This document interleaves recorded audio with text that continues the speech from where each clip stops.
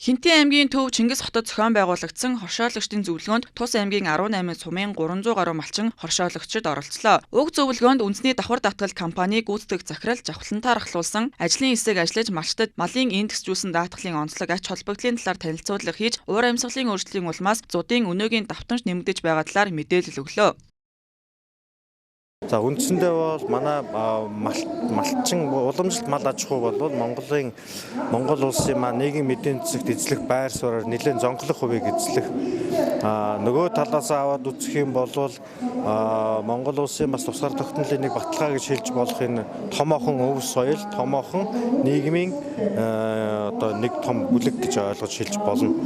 Ийм ч учраас малын индексжүүлсэн даатгал, малын эрсдлийн даатгалыг бид сурчилсан таниулах, мөн түүнчлэн хамрагдалтыг нэмэгдүүлэх, ингэснээрээ бас энэ нөгөө малчдын эрсдлийг хуваалцах, мөн түүнчлэн шинэ хоршооны хөдөлгөөний маань одоо гол хөрөнгийн хүүсвэр бол мэдээж эргэлтийн хөрөнгө нь бол одоо үндсэн цаад суурь нь бол мал учраас малын эрсдлийг бас гарч байгаа эрсдлийг бууруулах чиглэлээр энэ танилцуулгыг бид нар хийгээд явж байна.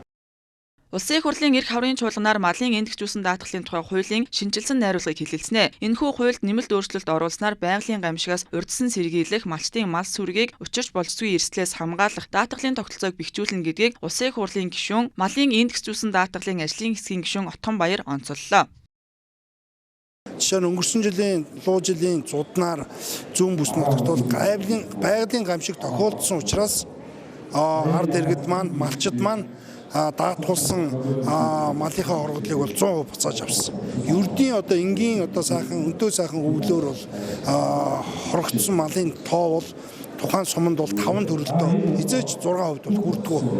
Тэгэхээр учраас энэ цаашдаа бидгүй энэ хуулийн төсөлд энэ босго оноог бас дээр бас ажиллах ёстой юм байна. Мөн нөгөө талдаа мал хорогдсон нөхцөлд маш богино хугацаанд нөхөн олбороо авдаг энэ тогтолцоог бас энэ хуулинд суулгаж өгөх зайлшгүй шаардлага байна гэж үзэж байгаа. Хинтээ аймгийн тухайд сүүлийн 3 жилийн хугацаанд зуднаас шалтгаалж нөхөн төлбөр өндөр гарчээ. Өнгөрсөн жилийн хувьд гэхэд л малын индексжүүлсэн даатгалаас Тус аймгийн 1413 малчин өрг 2.9 тэрбум төгрөгийн нөхөн төлбөр авсан байна.